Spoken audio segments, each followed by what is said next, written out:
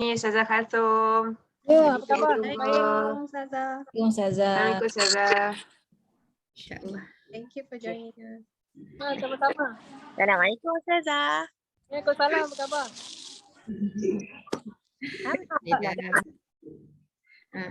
Okey, baik. InsyaAllah tanpa kita belengahkan masa, insyaAllah boleh kita mulakan Ustazah Kalsum? Ya, boleh. InsyaAllah. Baik. Bismillahirrahmanirrahim.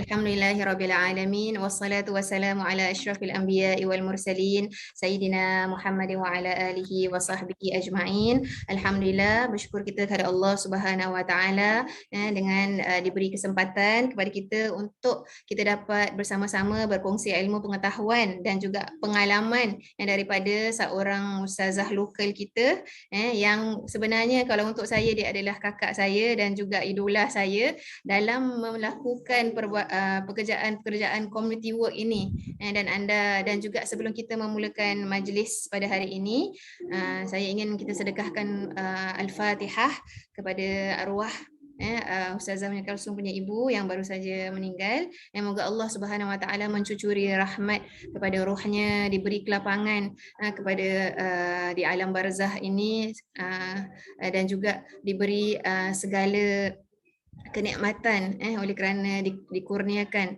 anak-anak yang soleh solihah yang dapat terus berbakti kepada masyarakat. Ala kulli niyyah wa ala hadhihi niyyatis salihah. Al-Fatihah. Bismillahirrahmanirrahim. Bismillahirrahmanirrahim. Alhamdulillahirabbil alamin arrahmanir rahim maliki yaumiddin. Iyyaka na'budu wa iyyaka nasta'in. Ihdinas siratal mustaqim. Siratal ladzina an'amta 'alaihim ghairil maghdubi 'alaihim waladdallin. Amin. Okay. Baik, sedikit mungkin introduksi kepada ahli muslimah yang dikasihi oleh Allah sekarang mengenai Ustazah Kalsum. Ustazah Kalsum full time dia sebenarnya housewife Ustazah? Full time sebenarnya housewife, kerja sendiri iaitu dan sebenarnya penglibatannya kepada masyarakat yang lebih overwhelming dan pada masa yang sama mengurus ibu bapa yang sudah uzur dan juga anak 2 orang kan Kak? Oh 3, minta maaf 3 orang anak yang masih rasanya yang paling besar tu baru menengah 1. Yang paling menengah 2, menengah 1, lagi satu? Darjah 5. Darjah 5. Jadi dengan urusan seperti mana sibuknya ibu-ibu di rumah, begitulah juga dengan ustazah dengan kuliah-kuliah yang diadakan, begitu juga dengan kaunseling yang dilakukan. Apa yang anda tahu sikit-sikit kaunselingnya ada dengan kalau untuk orang-orang ada berceraian dan sebagainya, kemudian kaunseling untuk RRG, kemudian dengan pergas kita berdua adalah antara majlis pergas yang mana kita bantu untuk menguruskan urusan hal ehwal para asatizah dan juga masyarakat di pergas dan juga apa lagi Kak, banyak lagi sebenarnya yang tidak diketahui. Silakan ada sedikit informasi kerana kita perlukan informasi ini kerana kita punya tajuk pada hari ini adalah balancing responsibility, bagaimana kita dapat mengimbangi tanggungjawab kita sebagai seorang isteri, sebagai seorang ibu, sebagai seorang anak yang dapat berbakti kepada ibu bapa dan pada masa yang sama dapat juga menambahkan amal bakti kita kepada Allah Subhanahu Wa Taala dan tanpa melupakan urusan dunia kita. Dipersilakan Kak, sedikit background sikit Kak. Ya, saya pada asalnya adalah mengajar di masjid-masjid lah. Masjid-masjid kita ada pagi, petang dan juga malam punya kelas lah. So saya akan keluar masuk. Jadi memang saya ambil tugas macam itu kerana nak kena jaga ibu saya yang tak nampak. Dia tak nampak satu mata lah. Yang lagi satu mata setengah saja. Jadi perjalanan 7 jam waktu awal-awal bila baru pulang daripada Mesir tu, ibu saya tu kakinya pun berbalut selama misalnya dalam 8 tahun berbalut kerana lepas bawa ke haji terus luka dan tak membaik. Jadi dia perlukan bantuan untuk dia berjalan. Jadi saya jadi bantulah untuk dia berjalan. Now and then kena pergi hospital, operate tu kaki dah banyak kali lah. So bila operate pergi balik jaga, kemudian bermakna kalau saya bersalin, kalau saya apa, saya kena jaga diri saya lah tanpa orang tua untuk membantulah. Dia kadang-kadang boleh panggilkan orang kan, pasal orang tu kadang-kadang kita perlukan orang punya pengalaman jugalah, orang baru bersalin macam mana. Jadi dia banyak minta bantuan lah, misalnya tukang urut dan sebagainya untuk bantu saya lah. Dan cuma kehidupan saya ni saya kena minta bantu orang jugalah dan keluarga misalnya kan. Jadi kalau saya tak boleh begini, saya akan carilah misalnya sepupu saya yang semua berdekatan sebenarnya tinggal. Jadi memang orang semua berdekatan tinggal kerana ada ibu saya. Ibu saya dulu banyak bantu mereka. So mereka dah memang tinggal berdekatan lah. Jadi kalau kadang-kadang keluar nak pergi meeting, pegas meeting, saya dekat Pergas dah nak masuk 20 tahun. Jadi daripada awal balik dah berkhidmat dekat Pergas. So kebanyakan saya punya aktiviti adalah dalam 95% adalah volunteer tanpa dibayar gaji. Cuma kalau ada orang bagi pun orang bagi macam allowance je. Jadi hanya 5% tu je lah kerja mengajar dekat masjid tu pun allowance juga. So sebenarnya tak ada gaji penuh lah yang orang kata ada SPF ke apa tu, tak ada. So pertama berkhidmat dekat Pergas selama 20 tahun. So saya ambil cuti daripada Pergas selama 3 tahun untuk saya habiskan master saya. Kemudian saya bersalin 3 kali dekat dalam waktu saya ambil master saya sampai saya habis menulis semua. Kemudian saya berkhidmat dekat sebagai appeal board members dekat MUIS, iaitu menangani isu-isu kes-kes yang dibuka semula. Misalnya mereka tak setuju dengan hakim memberi keputusan, mereka appeal lagi sekali. So appeal dekat MUIS dan saya salah satu tenaga untuk menghakimi kes-kes mereka lah. Kemudian saya juga registrar dekat Muslim Convert Association. Jadi now and then kena turun lah untuk orang yang masuk Islam, baik lelaki ataupun perempuan boleh. Kemudian saya juga RAJ Religious Reputation Group, counselling bagi awal-awal tahun 2005 tu counselling keluarga jemaah Islamiah. Kemudian setelah ISIS masuk, kita counselling individual, bukan keluarga lagi. Tapi kadang-kadang perlu juga panggil mak ataupun bapa mereka untuk turun dan untuk memahamkan mereka lah. Pengaruh mereka itu membantu anak-anak mereka untuk balik ke ideologi yang sebaiknya, adalah perlulah untuk mereka bantu. Pun kadang-kadang panggil lah bapa ke mak ke untuk turun sekali setelah kita buat kaunseling dengan mereka-mereka yang punya ideologi yang salah lah mengenai ISIS ni lah. Kemudian apa lagi kita ad hoc juga menulis untuk berita, lagi-lagi tentang berita berkenaan dengan pengganas, kita akan selalu dirujuk lah untuk buat demikian. Kemudian apa lagi banyak kot, tak terfikir banyak lagi. Masya Allah. Okey, Masya Allah, subhanallah, ini pun dah overwhelming Ustazah. Baik, jadi berurutan daripada subhanallah 95% komitmen yang Ustazah berikan kepada masyarakat dan di kebanyakannya adalah sebenarnya fisabilillah. Jadi sebenarnya soalan yang berterusnya, pertama, apakah motivasi yang membuatkan Ustazah terus menceburkan diri dalam masyarakat ini, dan bagaimana khususnya suami dapat kekuatan. Jadi cuba Ustazah kongsikan kekuatan yang Ustazah dapat berterusan selama pastinya lebih daripada 20 tahun. Kalau dengan Pergas saja dah 20 tahun, begitulah lebih kurang menceburi bidang kemasyarakatan ini. Sebenarnya bismillahirrahmanirrahim, sebenarnya suami tu dia faham bahawa saya ni kalau nak buat sesuatu tu mesti nak buat.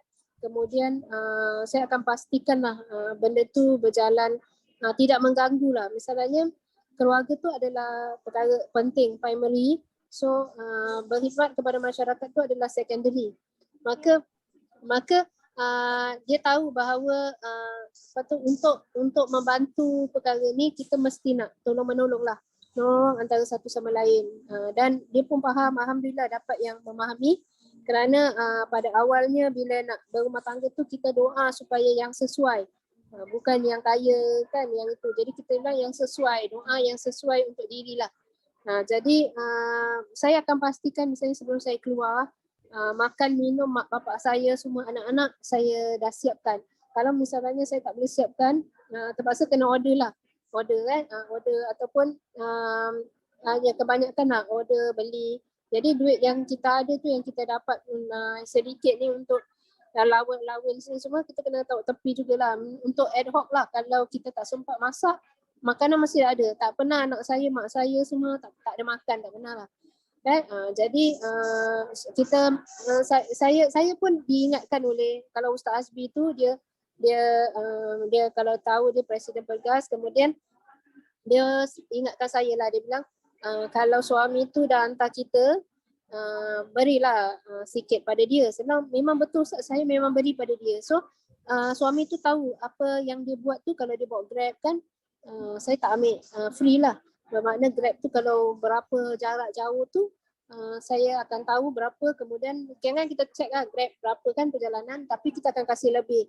Jadi seolah-olah macam dia tahulah bahawa khidmat dia tu seolah macam kerja jugalah.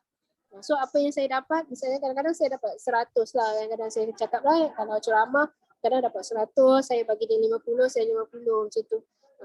Tu kalau misalnya dia kena tengokkan, dia kena belikan makan ke, misalnya kalau tak sempat nak kasih makan mak saya kena kasih dia lebih lah, ini duit makan untuk mak ke bapak dia belikan. So kita dia tahu dia tak akan menyusahkan dia. So anak-anak berjaga, tak pernah anak-anak tak dijaga semua. So dia tahu bahawa dalam masa saya buat begini, saya tak membelakangkan keluarga, mak bapak saya apa semua. Siapa kaum keluarga apa semua, saya akan pastikan lah. Even kalau saya tak dapat pergi majlis-majlis pun, dia kalau pergi pun saya akan misalnya sumbang lah, bagi barang apa makanan. So dia tahu komuniti kita ni, komuniti servis saya tu saya fikir luas. So kalau misalnya kadang-kadang pergi araji, retreat pun saya tak rehat sebenarnya. Pasal saya nak kena pergi meeting, saya nak kena siapkan. Lain tau kalau yang ustaz yang pergi meeting, isteri dia ada kat rumah. Macam Adijah, dia boleh tengok anak-anak, suami dia attend dengan kita. Tapi kalau sini terbalik. So kita nak kena siapkan suami kita punya, anak kita punya. So kita sebenarnya tak ada rehat hari tu. Mana nak pergi meeting. So benda ni mesti nak kena settle. So kalau awak duduk boleh rehat-rehat, minum kopi ke apa, saya tak boleh. Saya mesti nak siapkan semualah. Pasal diorang tahu diorang pakai. Ingat kenapa tahu saya buat gitu. Saya tak nak orang rasa bahawa tengoklah mak tu kena pergi meeting, kita pula susah. Kita nak cari baju kat mana, apa. Baju semua saya siapkan. Atas katil tu kalau kita pergi meeting kat hotel, atas katil semua dah ada. Ni suami punya, ni anak-anak punya. Diorang tinggal habis mandi ambil pakai. So dia tak rasa beban. Dia rasa happy. Walaupun kita berat, kita banyak kerja, tapi kita pun rasa happy pasal kita boleh buat dua-dua. Cuma rehat tu tidak ada lah. Masa rehat tu tidak ada. Jadi kalau suami tu tolong, dia akan nampak kita dapat rehat sikit. So macam gitulah saya punya motivasi lah. Kerana kerja-kerja kemasyarakatan ni macam mungkin Adijah nampak daripada dulu kat Mesir pun saya buat juga. Saya bukan daripada balik Singapura saja. Kat Mesir pun saya tolong. Walaupun saya tak ada jawatan besar pun mana pun, saya akan tolong memastikan bahawa orang-orang yang punya jawatan tu dia dapat jalankan dengan baik. End of the day, bukan nama yang kita carikan, tapi Islam tu dapat dilaksanakan oleh semua orang. Misalnya kalau lah Hadijah misalnya dia pegang satu jawatan finance ke apa kan, dia pegang jawatan finance, kita nak memastikan bahawa dia dapat jalankan tanggungjawab dia dengan baik. Kita tak kasih pressure pada dia. Kita memudahkan urusan dia. Kita memahami orang yang dalam keadaan tersebut macam mana. Itu kita punya support lah. Mudah-mudahan bila kita buat gitu, walaupun kita tak cakap dia, kita tolong awak dari segi, walaupun kita tak cakap macam gitu, tapi Allah tahu. Bila Allah tahu, kita mudahkan urusan dia, Allah pun akan mudahkan urusan kita. Sangat-sangat cantik macam gitu. Very nice. Macam tadi saya ada kursus mandi jenazah kan, saya attend. Kemudian ini ada saya datang ke Masjid Wat Tanjung untuk bersama-sama dengan para pembantu Indonesia. Kehadiran saya itu memberi satu, kalau diorang ada apa-apa masalah, diorang akan rujuk kepada saya. So ini kolaborasi lah antara Ministry of Home Affairs dengan Masjid Wat Tanjung untuk membantu pembantu rumah ni semua supaya mereka tak tersasar ke tempat yang lain lah. Jadi kehadiran kita tu penting. Jadi bila saya nak datang sini sebelumnya tadi, saya sebenarnya bila keluar daripada 3 Star Complex tu, kita buat khusus jenazah, tengah hujan lebat, mana boleh makan, macam mana nak beli makan ni semua. Suami sebenarnya balik pukul 1 selalu daripada Masjid Umar Kampung Melaka. So saya dah fikir-fikir, saya sekarang dalam pukul 12 mesti dia belum datangnya. Saya nak minta dia tolong ambil saya pun susah. Dekat situ nak ambil taksi pun susah. Orang tengah ramai, kita tengah banyak. Hujan pula. Sebenarnya ya Allah macam mana ni, tapi saya try cubalah, saya try message. Saya bilang saya dah habis. Macam mana ni sekarang? Dia bilang dia dah dekat depan. Dia bilang dekat je. Allah punya kuasa nak membantu kita kan. Padahal kalau lain hari tu dia tak boleh balik waktu tu. So Allah atur kita, kerana apa kita aturkan urusan orang lain cara mudah, Allah akan aturkan urusan kita pun mudah seperti macam itu. Itu motivasi lah. Sebenarnya bila Allah mudahkan kita begini, dia jadi motivasi. Sebenarnya kalau jalan dalam jalan ini, Allah tak akan susahkan aku punya. Allah akan mudahkan. Sama macam nak uruskan jenazah mak saya. Tadi pagi saya jumpa, sepatutnya dia yang mandikan jenazah mak saya, dia yang tayamumkan. Kalau saya tak boleh, dia akan take over. So dia pun cakap dengan saya, agak sukar untuk orang nak dapat peluang macam saya pada hari yang saya boleh uruskan mak saya dengan tayamum apa, saya boleh masuk, saya boleh uruskan semua. Dia bilang susah sebenarnya Ustazah. Saya bilang tak susah lah kalau Allah nak mudahkan. Saya pun rasa memang susah saya nak dapat peluang tu, tapi Allah mudahkan aja, senang pada hari tersebut. Itu motivasi pada diri kita lah, bahawa apa yang kita buat ni mesti Allah akan bantu kita. Tu je Ustazah, saya boleh share buat masa ni lah. Baik, subhanallah, subhanallah. Allahu Akbar. Kita lihat para muslimah yang dikasihi Allah sekalian, kalau kita niatkan untuk Allah Subhanahu Wa Taala, apa perjalanan hidup kita sebenarnya kita akan, walaupun bila kita dengar secara zahir ni kan ada komen daripada Kak Tina Lubis, dia kata Allah sebabnya dengar Ustazah punya perjalanan hidup, dia kata gitu. Namun sebenarnya kita orang yang mengalaminya akan merasa subhanallah indahnya bantuan Allah Subhanahu Wa Taala dalam setiap tapak perjalanan kita untuk nak berkhidmat kepada Allah Subhanahu Wa Taala. Allah permudahkan. Ada je bantuan, ada je pertolongan yang akan diberikan min haitsu la yahtasib, daripada suatu lubang yang mana kita takkan terperasan pun, seperti mana yang dikongsikan. Kalau anda tahu, Ustazah Kalsum ni suka kongsi pengalaman hidup dia, apa yang dia rasa dalam Facebook, jadi boleh ikuti kalau nak dapatkan inspirasi dari berkhidmat kepada keluarga, berbakti kepada ibu bapa, kemudian khidmat kepada masyarakat. Ustazah suka share, ada dalam bahasa Melayu, ada dalam bahasa Inggeris. Ustazah suka kongsikan supaya moga ianya memberi motivasi kepada kita. Kadang-kadang kita rasa bahawa kita ni kerja ni dah penat dah ni, lepas tu nak kena buat kerja rumah, tapi bila kita dengar Ustazah punya storyline, kita ni tak ada apa-apalah sebenarnya. Ustazah punya kelang-kabut hidup ni nak uruskan keluarga dan untuk khidmat untuk masyarakat tu lebih lagi. Maka kita bertambah semangat. Kita akan bertambah ikhlas dalam kita nak menyediakan urusan-urusan harian kita. Okay? Jadi mungkin Ustazah, soalan yang berikut tanya ni ada sedikit soalan yang daripada diajukan lebih awal lagi oleh seorang yang muallaf. Dia kata, bagaimana how can I control myself for being a controlling mother and be a friend on most of the time. Okay, ni sedikit lah Ustazah tips untuk pendidikan anak-anak. Anak-anak yang belia-belia gini. Kadang-kadang kita ni rasa risau yalah dengan macam-macam keadaan sekeliling kan. Lepas tu kita ni macam mana cara didikkan untuk anak-anak, atau mungkin Ustazah boleh kongsi didikan kepada. Thank you for the question lah. Alhamdulillah. Sebenarnya kita bukanlah super mom sangat lah, pasal kita anak pun kecil juga, bukannya besar sangat. Cuma pengalaman tu kita tengok waktu kita buat counselling, kita tengok pengalaman orang lain. Controlling pada ketika ini perlu ada batasan. You have a limit lah. Pasal you want to nak be girlfriend ke boyfriend to your children kan, nak jadi kawan baik kepada anak kita. Kita perlu berikan keyakinan yang kita tu percaya, we trust them. Kemudian anak saya pun kalau nak jalan dengan siapa pun, kita pastikan kita tahu siapa kita berikan. Kerana tak guna kita paksa, kita terlalu control. End of the day nanti dia buat sesuatu dekat belakang kita pun tak nak. Be transparent. So itu yang saya belajar daripada pengalaman asatizah lain pun. Bila kita kadang-kadang berbual, kita tengok mungkin kita kena fine tune, adjust. Kena banyak baca. You kena dalam solat kena banyak baca. Rabbi ja'alni muqimas salati wa min dzurriyyati rabbana wa taqabbal du'a.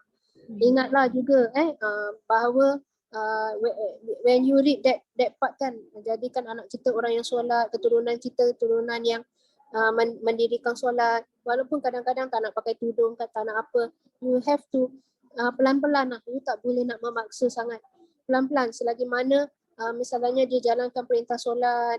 Kalau misalnya tak nak pakai tudung pun, you kena pastikan bahawa aurat dia yang dekat bawah tu dia pakai agak modest lah, misalnya kadang-kadang ada sikit nak ketat sikit, tapi pelan-pelan lah, pelan-pelan, pasal mereka muda lagi, diorang muda, diorang nak try banyak benda kan. Cuma you nak kena jadi kawan macam mana, you mesti tahulah sebagai kawan ada benda yang you kena ikutkan, ada benda yang misalnya you kena straightenkan, you kena cakap ini tak boleh. Saya sebenarnya lepas saya baca banyak daripada anak saya lahir aja, saya banyak syukur kepada Allah, ya Allah, alhamdulillah dapat zuriat juga. Kemudian kedua, saya banyak baca Rabbi ja'alni muqimas salati wa min zuriyati. Saya janji diorang solat je. Diorang nak solat misalnya lambat sikit ke tak apa. Saya cakap lepas tengok ni solat.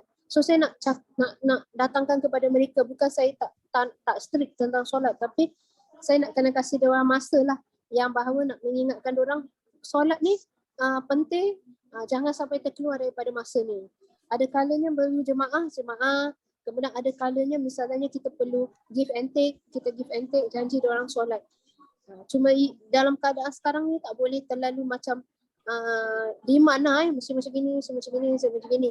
Kerana anak-anak tu sebenarnya ada cabaran banyak dekat luar yang you pun tak tahu. Sebenarnya berat bagi diri mereka juga untuk nak maintain lah diorang punya keimanan kan. So bila kita baca tu Rabbi ja'alni muqimas salati wa min zuriyati, kita akan tengok anak tu akan datang kepada kita, berbual dengan kita, tanya kita. Sedangkan saya sebenarnya tak ada masa banyak dengan anak-anak. Tapi bila ada tu, anak akan cari time untuk nak cakap dengan kita. Mak tahu tak ini, tahu tak tu. So tahu tak cerita Korea. So you have to lah. Anak-anak budak sekarang suka cerita Korea kan. You pun kena tengok dengan dia sama-sama, kadang-kadang tengok sikit lah. Saya tak ada masa nak tengok banyak. So saya akan tengok sikit. Saya akan cakap, oh gini tak boleh. Macam gini kalau nak pakai pendek. Macam penyanyi-penyanyi Korea tu nampak perut kan. You boleh lah nak pakai gitu. Tapi you pakai lagi satu kain lah kat dalam. Lagi satu t-shirt kat dalam. Jadi dalam masa melawar ikut Korea tu, tapi muslimah dia tetap ada lah. Kan dia nak pakai jeans ke, cari jeans yang besar sikit, yang baggy. So you kena macam gitulah. Sampaikan kita ikut perkembangan fashion, dia pula tak nak. Saya kadang-kadang tengok, ini kan cantik, kau pakailah. Ni budak-budak muda pakai, dia pula tak nak amat ni, tak nak ni. Dia pula tak nak. Tapi kita tengok perkembangan fashion macam mana, baca apa yang bagus untuk budak-budak ni, dia nak pakai macam mana, tunjukkan kan, macam kat Shopee ke, ni lawa ni, macam gini. So kita ada itu interaction, kita jadi budak-budak macam dia. So perkembangan dia mesti nak tahu apa yang dia tengok. Even Korea punya cerita yang macam tadi saya cakap, tengok. Macam ada satu ustaz kita kan kemarin, Ustazah Hadijah, kalau ingat, dia punya pekerja suka Korea, dia pun tengok cerita Korea. Kan, why? Pasal kita jadi ada something yang kita akan talk. Kan, buku-buku misalnya apa yang budak-budak muda sekarang baca buku apa. So buku-buku tu you cakap, ni ada buku bagus, you nak tak? Macam tu. So kita exchange dengan kawan-kawan kita yang dekat luar sana, dia tukar buku dengan kita. Pasal kita ambil berat lah tentang keinginan orang. Saya tak suka memaksa orang, tapi saya memahami keadaan diri dia dan saya cuba untuk faham trend terkini seperti macam mana. So hope can answer your question lah. Do your best lah. Tak ada satu teori yang lebih baik daripada orang lain. You know your children best lah. Kan? Dan minta pada Allah saja, banyak-banyakkan sharing, banyak dengar macam gini kan, bila kita share, saya ambil sedikit daripada ilmu orang lain, awak ambil ilmu daripada saya, macam itulah kita share. It's a very good platform actually. Ya, Ustazah. Ya, terima kasih Ustazah Kalsum. Jadi kita lihat daripada kat sini para muslimah yang dikasihi Allah, yang terpenting itu adalah balance. Misalnya kalau kita nak be terlampau rigid sangat ataupun terlampau serius sangat dalam agama, tidak disuruh oleh Islam pun, kerana agama ni agama yang Allah Subhanahu Wa Taala memudahkan. Yang penting kita cintakan agama ini kepada diri anak-anak kita, bukan kita buat dia lari daripada agama. Jangan jadikan anak kita tu lari pada agama, jangan bencikan agama, na'udzubillah. Kita nak dia makin sayang agama, makin dia tahu Allah sentiasa berada. Jadi kunci yang pertama adalah pastikan anak-anak kita melaksanakan solat fardu. Subhanallah, itu kriteria yang kalau kita dapat pastikan sama-sama, anak-anak kita dah cukup yang terbaik. Jadi inilah dia, kita pelan-pelan pelan-pelan kita membentuk. Jadi tadi saya dah letakkan dalam chat, dan juga Tina pun ada letakkan dalam chat doa yang dibacakan oleh Ustazah Kalsum. Jadi anda boleh ambil daripada situ. Jadi baik Ustazah, saya ada satu soalan yang terakhir sebelum saya nak buka. Pastinya para muslimah yang pendengar tu ada soalan-soalannya. Jadi daripada saya yang terakhir ni, Ustazah, kita ni bergelar seorang isteri. Kadang-kadang kita ni sibuk dengan kerja-kerja kita. Kadang-kadang takut, kadang-kadang kita ni sometimes perasaan kita overstepping our suami, ataupun kadang-kadang kita rasa ni macam suami kita ni tak faham ke yang kita ni penat ni, lepas tu kita nak bersama-sama dengan habis suami minta sama-sama. Kadang-kadang kita secara kita tak perasan kita terperkecilkan permintaannya. Dalam bab ini Ustazah faham kan? Jadi mungkin sedikit perkongsian daripada Ustazah. Saya ni hidup simple aja. Kalau saya terkasar ke apa, saya just minta maaf aja. Saya punya orang very simple. Pasal memang dulu kita susah nak minta maaf, tapi kita kena belajar bahawa tidak semua orang perfect, dan juga misalnya kalau saya saya mengandung, kemudian saya kena tulis tesis, saya kena itu, saya nak cakap dengan dia. Beza tahu orang yang belajar banyak ilmu dengan tidak. Apa yang kita belajar kita kena amalkan.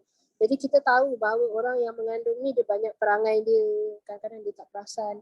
So bila saya mengandung dia, saya dah cakap dengan suami saya bilang saya minta maaf banyak-banyak kalau apa yang perangai saya waktu saya nanti akan mengandung ni terkasar bahasa dan sebagainya. Saya minta maaf pasal saya sebenarnya tak dapat nak kontrol lah. Walaupun belum jadi ke lagi semua tu, baru dapat tahu mengandung semua, saya akan saya be very clear. Saya punya orang very straightforward. Saya tak simpan-simpan semua. My true color is like that. Saya akan cerita, saya akan cakap. Kalau saya sakit, saya beritahu. Saya tak ada nak mengharapkan orang automatically tahu yang saya ni sakit. Saya akan cakap, saya sakit ni. Pasal saya punya orang, kalau sakit tak nampak. Jadi kalau sakit tak nampak, saya nak suruh orang faham saya, sukarlah. Pasal orang tak akan nampak punya saya sakit. Saya nak kena beritahu lah saya sakit. Jadi kalau anak-anak saya beritahu, mak ni hari sakit gini, kalau boleh jangan sampai kasih mak susah lah. Saya bilang jangan kasih mak susah, mak tak pernah susahkan awak jangan kasih mak susah lah. Kasih mak macam lihat hari ni mak tak nak keluarkan kata-kata yang tak sepatutnya lah. Jadi saya minta pengertian daripada orang. Jadi bila pasangan kita tahu, ataupun kadang-kadang kita dah kasih tahu pun dia tak ingat, ataupun dia lupa, ataupun dia harapkan something yang kita dah beritahu pun dia tak nak terima. So end of the day tak boleh buat apa-apa lah. Kena minta maaf saja selalu. Kita kena tunjukkan dengan kesungguhan. Kita kena tunjukkan misalnya ambil hati macam mana kan. Masak ke, balik satu benda yang dia suka ke apa. You just have to make yourself macam alive lah dengan you punya pasangan. Pasal bila kita tengok counselling sekarang, banyak pasangan yang keintiman tak ada. Dia punya sifat kata orang bersama-sama tu tak ada lagi. Jadi pada saya tak ada. Tu saya masih preserve tu benda. It's very important. Walaupun kadang-kadang bukan dia yang nak bersama, kita yang nak bersama dengan dia. Kan? Jadi kita pun kena tunjuklah bila hari boleh, bila hari tak boleh. Dan kadang-kadang ada hari yang kita tak boleh pun kita kena bolehkan juga. Pasal kenapa? Itu satu jihad lah. Allah nak cabar kita lah, nak kasih cabaran untuk diri kita. Misalnya kita tengok para sahabat wanita dulu, mereka mengharungi perkara-perkara yang sama juga macam kita, tapi tahap kesabaran mereka memang subhanallah terlalu tinggi sekali.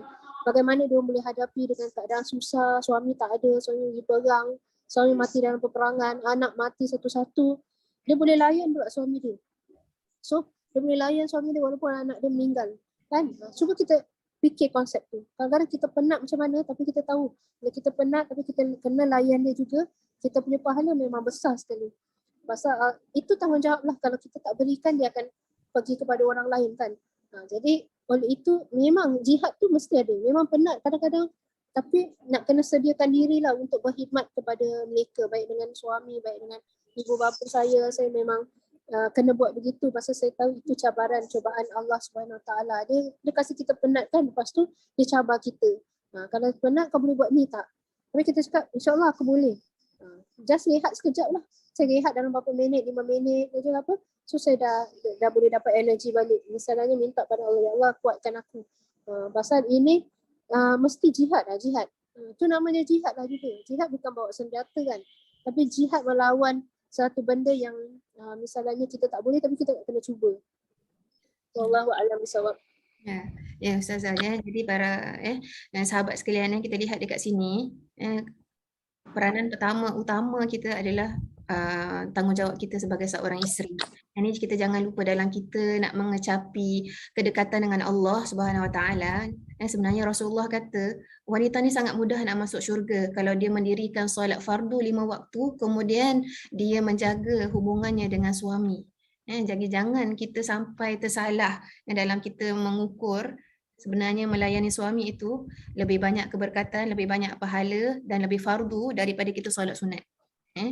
Jadi kita harus ada balancing ni, kerana dengan kita membahagiakan hati seorang suami yang soleh, seorang suami yang baik, yang telah sebenarnya suami kita ni semua baik dah untuk kita, tapi ada je kadang-kadang bisikan syaitan tu nak rasa buruk sangka kita dekat suami kita, padahal suami kita tak ada apa-apa. Inilah dia hakikat wanita ni, banyak emosi. Sebab tu dikongsikan oleh Ustazah Kalsum tu, apa-apa tu kita luahkan, kita bukan luahkan yang nagging, tapi kita terangkan, kita jelaskan, kasih ada kefahaman. Sebenarnya suami kita ni adalah orang yang sebenarnya dia boleh faham je kita kalau kita, tapi kita ada terasa dekat dia tapi kita simpan kat hati. Tu masalah dia. Jangan simpan kat hati.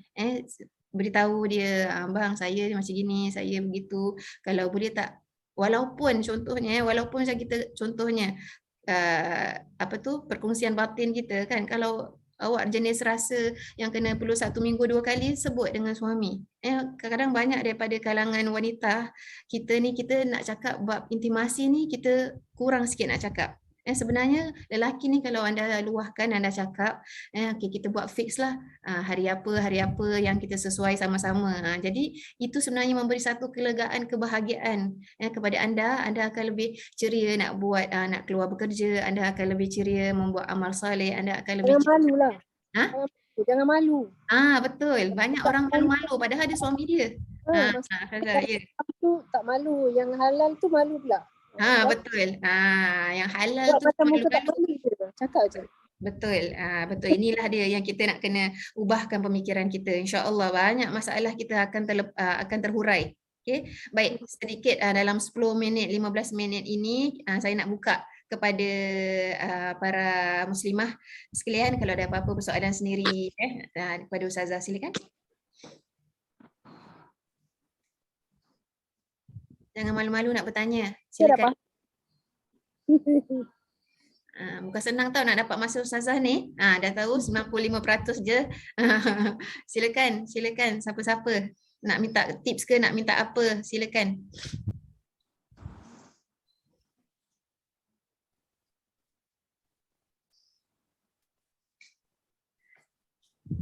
Senyap aja ni Ustazah. Itulah. Ustazah. Apa sahaja. Ya, Siti Z. Okay, saya nak tanya, your schedule is very tight, like super tight, Masya Allah. It's like macam super tight lah, macam tak ada masa untuk diri sendiri. So just out of curiosity, what do you do for yourself? Like when is your me time? Okay. Because I believe, saya rasa kita semua ni kan must have our me time for us to macam rejuvenate, like macam nak recharge our battery sendiri. Because I feel that kita lagi-lagi like mak, like nak uruskan rumah tangga, nak uruskan suami, nak uruskan anak, like everybody needs us. But how do you manage to have your own time, and what do you do? Like, how do you do? Saya kalau macam tadi pagi saya punya kursus tadi pukul 10. So sebelum pukul 10 saya nak kena siapkan all dia punya makan lah, budak-budak punya apa semua. So saya nak diorang happy lah, walaupun saya tak ada, saya nak suruh diorang happy itu. So saya lepas pergi sana, saya balik, saya keluar tepat itu pukul 12. So tadi kan saya cakap pukul 12, lepas tu kebetulan suami saya dapat ambil saya. So itu masa rehat lah sebenarnya, masa rehat beli sikit barang makan untuk bapak saya. So saya dekat rumah tadi daripada pukul 1 sampai pukul 2 tu saya rushing lah, saya nak sembahyang, nak siapkan makan bapak saya. So saya keluar rumah, saya nak kena bersih. Rumah saya mesti nak kena bersih bila saya keluar. Saya tak boleh berserak, saya tinggalkan. So lepas tu saya datang sini tadi pukul 2 suku sampai pukul 3 suku saya punya kelas kat sini. Lepas tu masuk sini kan. So if I done many things, many job, I satisfied with whatever I done. Nanti bila saya balik, saya akan ada masa untuk diri saya. Misalnya saya buat satu kopi je untuk diri saya, ataupun saya beli something yang macam saya suka lah, roti ke apa. Saya akan duduk, saya relaxkan diri saya sekejap. Itu cara saya hargai pengorbanan diri sendiri pula. Ada pengorbanan untuk diri sendiri pun kita kena hargai. So anything, misalnya any talk I have done, saya rasa satisfied, keadaan tu saya kasih deliver dengan sepuas hati saya. Saya minta lah suami saya kadang-kadang hantar saya pergi minum aja pun jadilah satu teh ke jadi apa, dia ikutkan. Kalau dia tak pergi pun saya boleh pergi sendiri. Saya suka sebenarnya jalan sendiri. So itu me time saya. Saya always kasih penghargaan pada diri. Penghargaan saya itulah, I have my own time, saya minum kopi ke sikit. Orang pun tahu, oh itu me time saya lah. Duduk seorang, minum. Even kadang-kadang tengok cerita-cerita apa pun pendek-pendek pun dah jadi suka lah. Dapat tengok macam itu sebagai satu benda. You nak tengok Netflix ke, by all means lah, pergilah tengok, pergi happykan diri you. Cuma memanglah certain cerita tu kadang-kadang ada benda yang tak baik ni kan. Cuma benda jangan tengok lah. So ambil cerita-cerita yang kadang-kadang memberi motivasi dalam diri. Saya suka tengok cerita-cerita macam itu. Kemudian baca buku pun ialah ada masa yang saya boleh baca, ada masa dah agak penat tak boleh. So itu cara bagaimana you hargai diri. You belilah something benda yang you suka. Memang kecil-kecil pun something yang suka. Ini sebagai penghargaan pada diri. Pasal saya punya orang, saya tak tunggu orang belikan saya. Saya beli sendiri untuk diri saya. Saya tak mengharapkan. Pasal memang pasangan saya tu jenis tak belikan benda. So daripada kahwin sampai sekarang, satu tudung aja dia belikan saya. Dia tak pernah belikan saya apa-apa. Pasal dia tahu saya tak perlukan benda-benda tu semua. Pasal saya pun dah ada banyak yang kadang murid berikan. Memang betul ada sentimental value lah kalau pasangan kita belikan. Tapi itu bukan sikap dia. So saya tak boleh nak harapkan. So kalau saya tunggu dia macam buat apa bulan jatuhkan riba, tak akan ada benda pun lah daripada dia. So saya menghargai cita rasa orang, dia punya lag dia punya kekurangan dia, saya menghargai. Saya tak minta lebih daripada itu. Pasal saya ada ni sikit duit, saya belikan untuk diri saya. Even kalau you nak beli mask untuk diri you sebagai motivasi, silakan lah.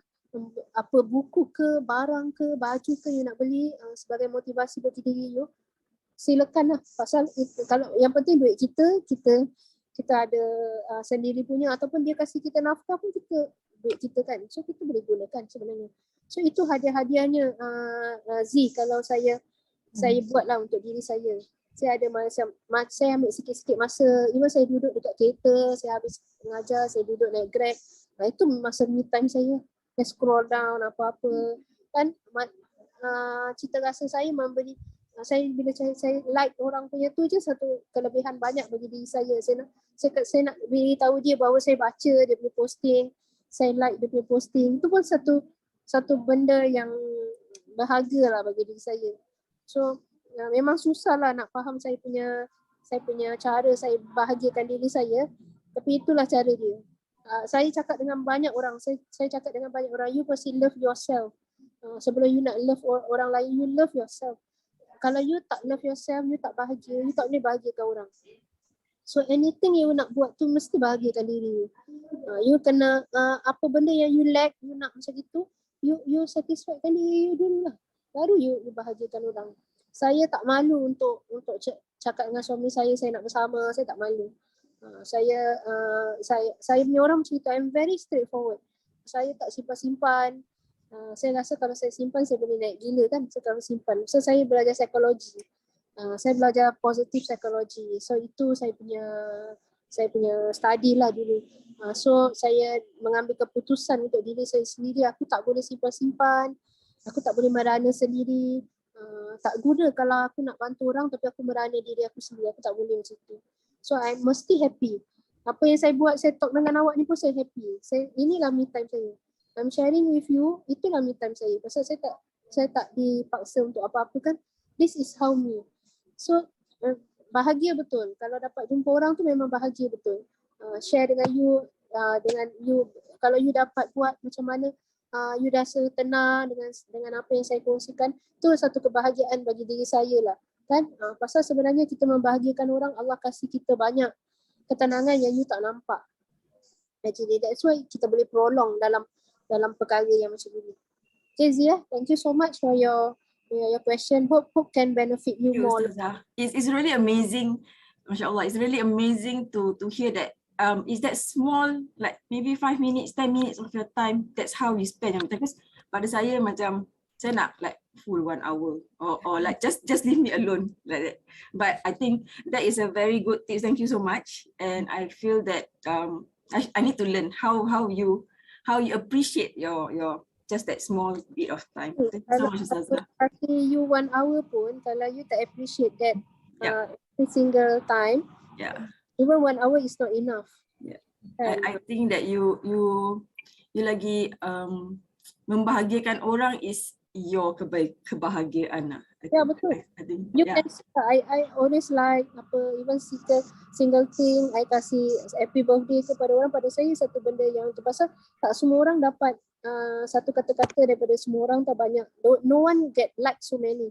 Correct. Even kalau you post, kadang-kadang ada orang tak like pun, ada satu orang je. So kalau you kasih kebahagiaan orang, sebenarnya dia akan datang balik pada you. You tak nampak, Allah kasih tu datang balik. That's why every minute pun you dapat pun you rasa itu ketenangan. Saya tak faham macam ni. Even 5 minit dah cukup. Minum kopi bukannya boleh buat lama pun. Mak saya ada tanggungjawab jaga mak saya je lah. Sekarang saya ada free time pasal mak saya dah tak ada. So saya jaga bapak saya je. So tapi Zee, bila kita nampak Allah kasih cabaran, waktu mak saya ada, bapak saya tak banyak rewel sangat. Tapi bila mak saya dah tak ada, dia ambil double benda. Dia ambil mak saya punya peranan sekali, dia ambil. So automatically tau, dia jadi bukan kita cakap beban, menambah beban, tak, dia double.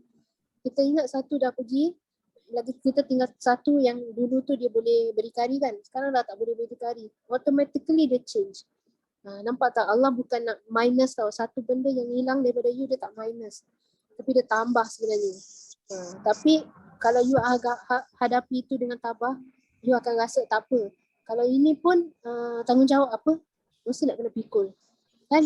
Jadi you akan rasa itu. Bukan bermakna macam kita rasa baru mak kita meninggal, kita kita ada satu part yang kita rasa kita senang lah. Pasal saya nak kena bersihkan dia every 5 minit, bersihkan najis dia. So kadang-kadang tension jugalah, bila nak habis najis ni macam gitu. So bila dia tak ada je, bapak terus ambil peranan dia sekali. So dah jadi double. Bukan bermakna kurang jadi tambah. Tapi bila you nampak kenapa Allah uji macam gitu, Allah punya way dia tak macam gitu. Dia bukan matematik. 2 minus 1 tinggal 1, tak. Dia bukan matematik macam itu. Dia punya cara bagaimana dia nak uji awak so amazing. Tapi you kena cari ruang-ruang yang Allah kasih you kelebihan, kenikmatan tu, dia ada kasih banyak lagi. Itu yang you kena ambil. Kat mana kat mana dia kasih, kat mana. Macam itu. Sekarang masih tengah cari kat mana. Kat mana, oh ini Allah mudahkan ni, Allah mudahkan ni, Allah mudahkan ini. Macam itulah hidup Zee. Tapi kalau Zee 1 minit pun Zee hargai, even 5 minutes is also enough. Tapi kalau orang tak hargai hidup dia, 1 jam pun tak enough. Okay Zee, all the best. See you again. Terima kasih Zee. Sekarang ni Ustazah Kasum, kita ada Puan Hamidah Bahashwan. Silakan. Budak. Silakan, Muhammadah. Okay. Thank you. Assalamualaikum to all, and to Kalsum, as I say, the way that I hear you, see you, that is the young girl at Azhar in 1995 when we first met up to now, you have been consistently humble, confident, and love to learn and love to serve and help others. So my question would be, as and when you are down, upset, angry, not the best of yourself, means either angry, frustrated, in conflict, when someone drives you crazy, what do you do? So how do you get out or manage your frustration? I know that you let go of your expectations, sounds very good, but sometimes we have our limits, kan? So when you are not your best, what do you do? Okey, saya pernah ambil kursus dengan Puan Hamidah Bahashwan kita juga. So I build my strength daripada situ sebenarnya. When you become a counselor, tak ada bermakna you are so perfect. You akan ada down juga. So bila saya down, saya memastikan saya akan duduk sekejap, kawal diri, saya akan beritahu, engkau tak boleh macam gini sampai bila-bila. Pasal kalau tak, kau boleh naik gila. Itu memang saya akan cakap dengan diri saya. Kau tak boleh. Tak apalah, aku kasih kau masa. Kita cakap dengan diri kita sendiri sebenarnya. Aku kasih kau masa sampai hari 1 hari aku kasih kau masa. Tapi kalau kau tak boleh pula, aku kasih kau lagi 1 hari. I give you time sebenarnya, Sum. Saya cakap dengan diri aku give kau time, Sum, untuk kau balikkan balik kau punya strength lah. Tapi misalnya contoh mak saya meninggal dalam keadaan tersebut, saya memandang ada orang tu bila dia ditimpa kematian, dia tak boleh jumpa orang. Dia tak nak cakap pun dengan orang. So I tell myself, I will not be like that. Kematian tetap kematian, aku sedih. Tapi kalau orang datang kepada aku, ucap takziah dan sebagainya, aku tetap kena accept them lah. Aku tak boleh, pasal aku orang yang Allah kasih ilmu. So aku kena kawal perasaan aku. Walaupun kadang-kadang bila kita show kepada public, kita share, memang sedih, nangis. Memang saya tunjukkan saya punya nangis. Saya nak tunjukkan pada orang, it's okay kalau nak nangis. Sedih ke apa, itu natural.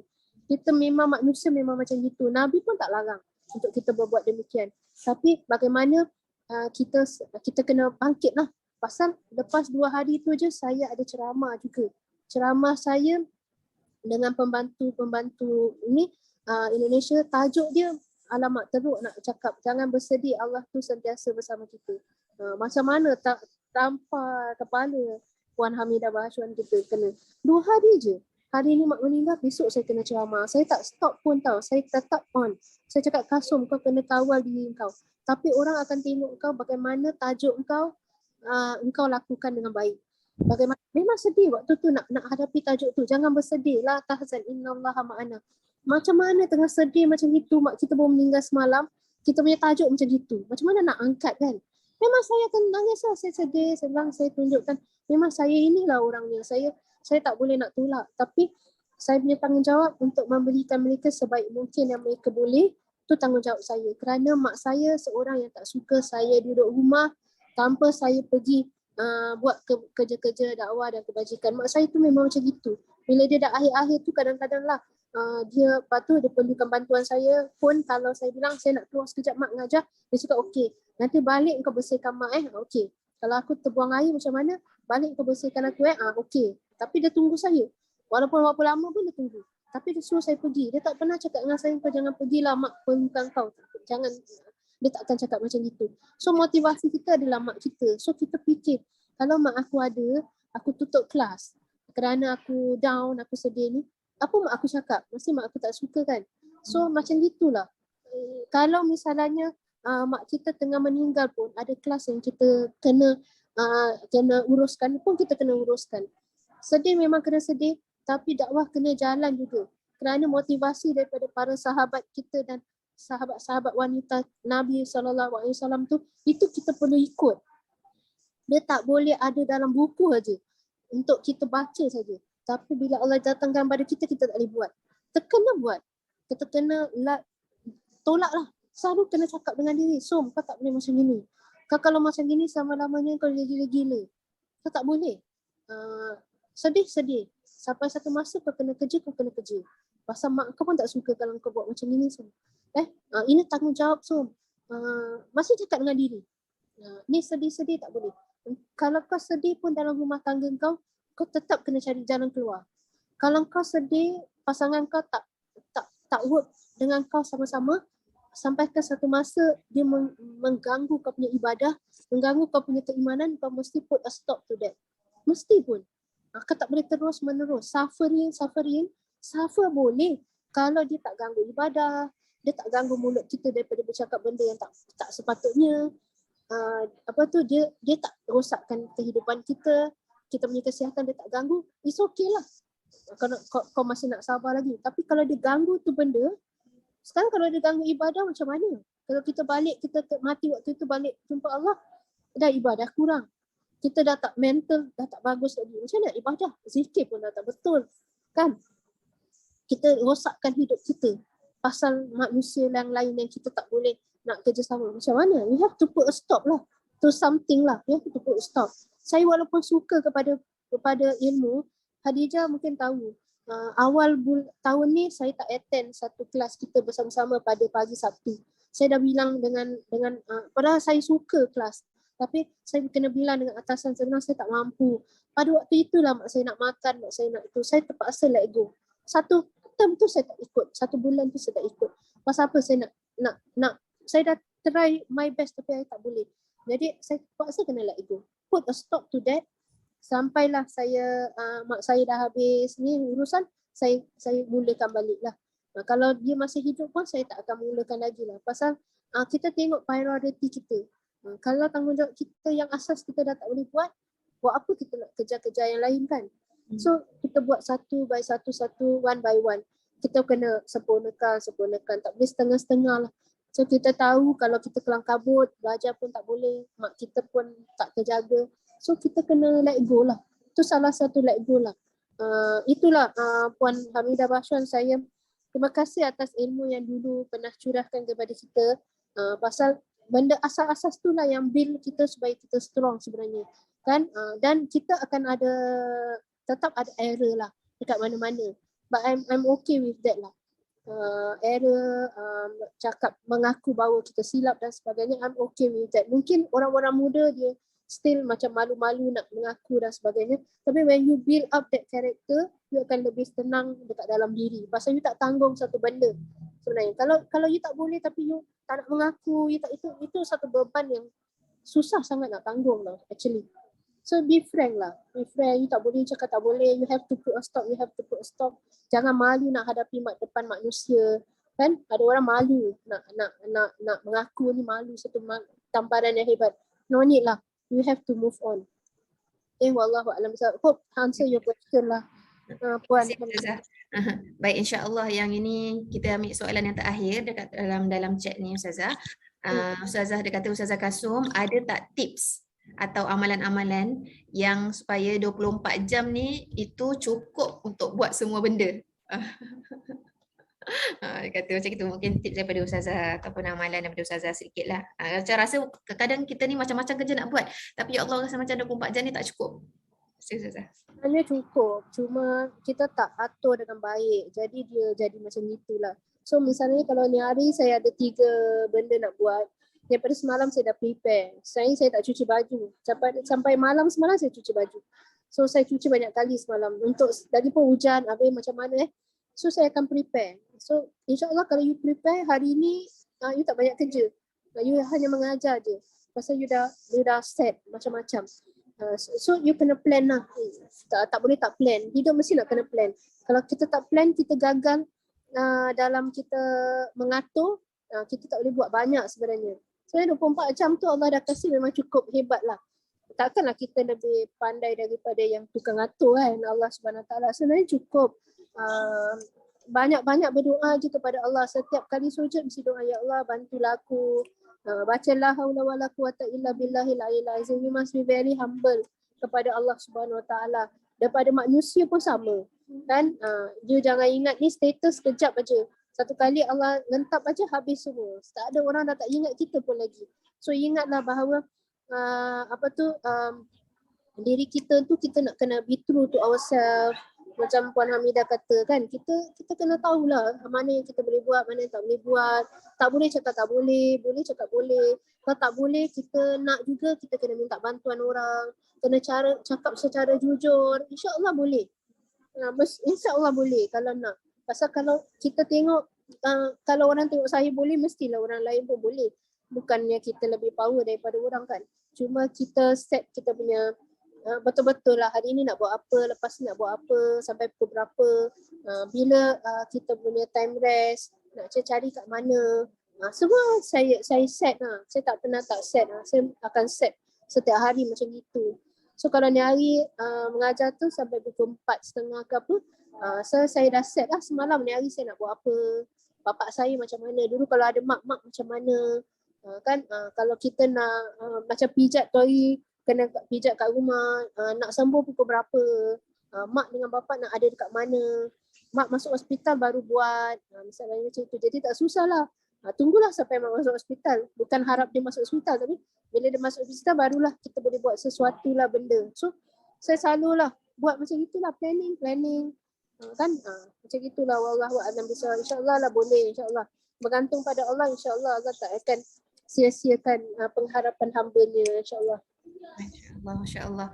Alhamdulillah, syukur kepada Allah Subhanahu Wa Taala. Perkongsian yang sangat bermakna. Ini adalah suatu perkongsian hidup, perkongsian pengalaman sendiri yang dapat membuka mata kita betapa indahnya hidup bersama dengan Allah Subhanahu Wa Taala. Kalau kita letak segala urusan kita kepada Allah, pastinya Allah Subhanahu Wa Taala akan memberi bantuan kepada kita, kerana kita tahu yang penting agama tu satunya tak magic. Tengok Ustazah Kalsum perlu planning, perlu untuk macam mana nak uruskan keluarganya dulu. Kalau kita tahu prioriti kita, kemudian macam fardu juga, kita solat fardu dulu, kita sempurnanya fardu kita, kemudian disusuli dengan perkara-perkara sunat ataupun perkara-perkara harian kebaktian yang kita nak lakukan kepada masyarakat. Pastinya Allah Subhanahu Wa Taala juga akan membantu kita menguruskan segala urusan kita untuk Allah Subhanahu Wa Taala. Dan semoga kita doakan untuk Ustazah Kalsum, semoga Allah Subhanahu Wa Taala memberi kekuatan kepada Ustazah Kalsum dan terus istiqamah hingga ke akhir hayat kita semua untuk berbakti kepada agamanya, dan juga untuk dapat membimbing kita semua, membimbing masyarakat Islam untuk terus menuju Allah Subhanahu Wa Taala. Dan dengan ini saya nak akhiri perkongsian Sisterhood Gathering kita pada hari ini. Terima kasih Ustazah Kalsum. Dan saya tahu ni Ustazah ni belum balik ni, masih dekat Masjid Wat Tanjung ya Ustazah? Betul. Kan? Masya-Allah, itulah kita nak beri waktu pada Ustazah nak pulang kepada si keluarganya, dan kepada para ahli sekalian kalau ingin menyumbangkan kepada sesi perkongsian ini, insya-Allah sila sumbangkannya kepada Siti dan Zar, dan insya-Allah Subhanahu Wa Taala akan kita salurkan untuk sama-sama membantu dakwah Ustazah Kalsum, insya-Allah. Dan jadi dengan ini kita tutup sesi perkongsian kita pada hari ini dengan tasbih kafarah dan surah Wal-'Asr. Bismillahirrahmanirrahim. Subhanakallahumma wa bihamdika asyhadu an la ilaha illa anta astaghfiruka wa atubu ilaik. Subhanakallahumma wa bihamdika asyhadu an la ilaha illa anta astaghfiruka wa atubu ilaik. Subhanakallahumma wa bihamdika asyhadu an la ilaha illa anta astaghfiruka wa atubu ilaik. Bismillahirrahmanirrahim. Wal 'asri innal insana lafi khusr illa alladhina amanu wa 'amilus salihati wa tawasaw bil haqq wa tawasaw bis sabr.